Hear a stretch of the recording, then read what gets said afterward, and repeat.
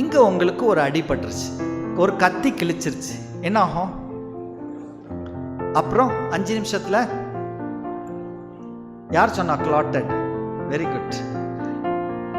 உடனடியாக இரத்தத்துல ஒரு சில பொருட்கள் இருக்கு, அந்த பொருட்கள் அந்த இரத்த ஓட்டத்தை என்ன செஞ்சிடும்? நிறுத்திடும். அப்போ இரத்தத்துல என்ன இருக்கு? சுகப்படுத்தக்கூடிய தன்மை இருக்கு. என்ன இருக்கு?